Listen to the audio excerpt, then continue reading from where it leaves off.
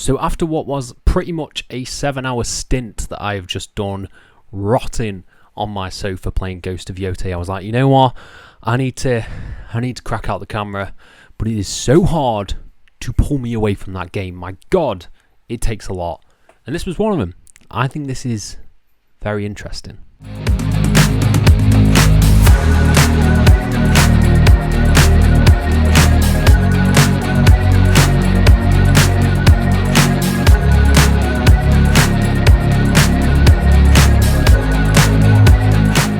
Hello and welcome to FTTR, I am Hugh McQuaid, and today we are talking about WWE ID. We are going niche. I could have talked about Crown Jewel, I could have talked about Collision. No, we are going to the WWE ID layer and what the F is going on with WWE ID. But before we dive into that, please subscribe, please like this video, please comment your thoughts down below, and I'll try to reply to every single one of them as we dive into this. Starting with, if you are a fan of the channel, you probably know by now that I'm a big fan of independent wrestling, particularly British wrestling. I think it is the absolute best. And when WWE ID was announced, I, like a lot of independent wrestling fans, were a bit shaky. We were like, this could be very, very good for the wrestlers. This could be catastrophic for independent wrestling promotions, depending on the route that WWE take. And I had to fact check this, because I was like, how long has this WWE ID thing been going on? It's nearly a year.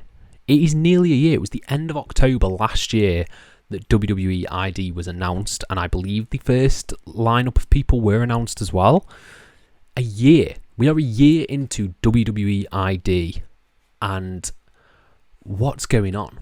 What is going on? What is the purpose of WWE ID? And like the title of this video, is the WWE ID program a failure?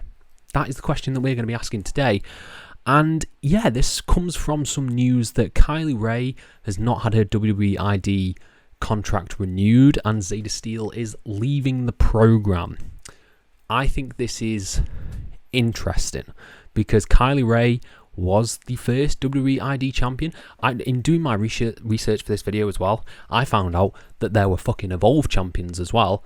I thought the ID Championship was just on the Evolve thing. There's WWE ID titles and there's Evolve Championships. My God, who has the time to watch all this wrestling? But yes, Kylie Ray was the champion. She was the champion. She has got pregnant and she is going to be having a baby. Congratulations. And the title was vacated. Then she put up that her contract won't be renewed. Okay, cool. We wouldn't think anything more of that if it was not paired alongside the fact that Zayda Steele also announced that she would not be renewing her contract with WWE ID, and then pairing that with a whole load of releases that WWE and NXT sort of made this week, with Wesley being top of the list, which I think is a bananas insane decision.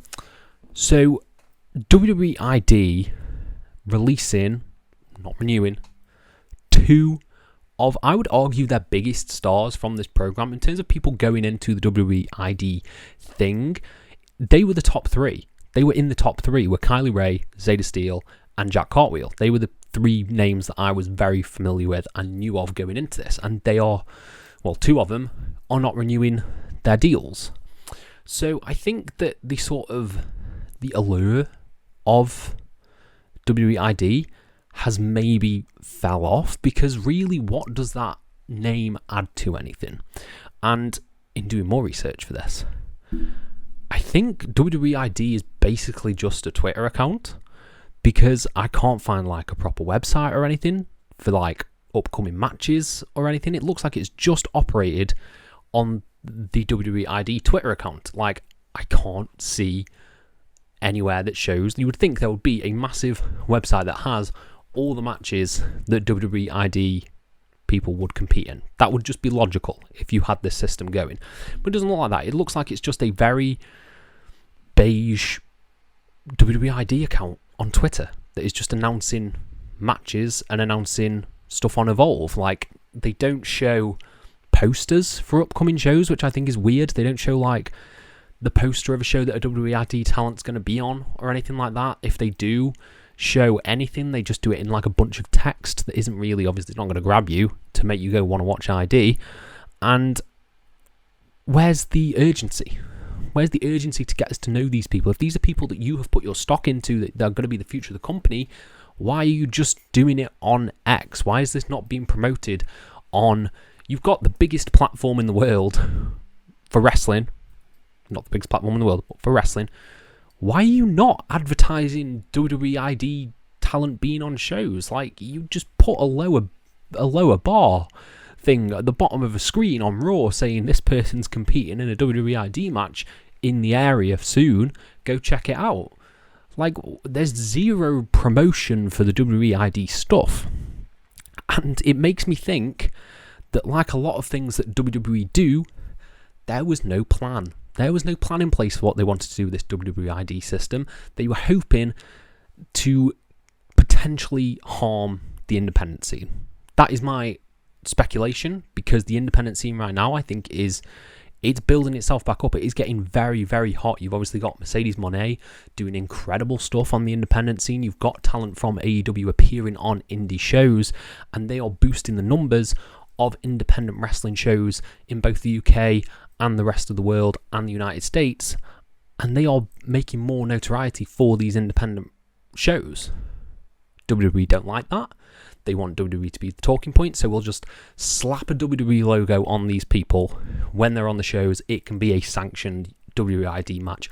What does that even mean? What does that even mean? What does a WWE ID sanctioned match even mean? Because I want to know genuinely, if you're watching this video, have you bought a ticket to a wrestling show, an independent wrestling show, because a WWE ID star was on there? Does the brand mean anything? Does it mean anything to you as a casual fan? Are you inclined to pick up a ticket because of the WWE ID thing? And if you're not, then what is the point? What is the point?